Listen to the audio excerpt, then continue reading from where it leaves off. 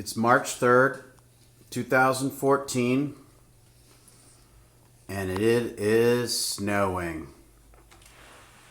It's snowing again.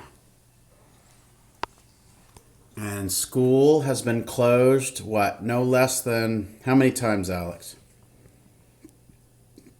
I would say about 10.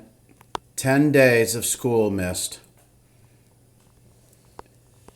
And we're looking at 6 to 9 inches. It's been snowing nonstop since 1 a.m. The federal government's closed. All the schools are closed. All the businesses are closed. The roads are closed. I don't know. But we're going to survive. Because luckily, we have Black Forest ham, provolone cheese,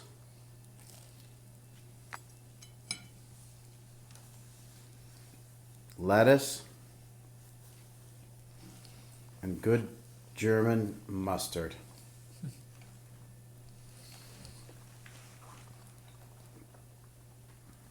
And we have our faithful companion, Sparky Dog. Say hi to Bianca.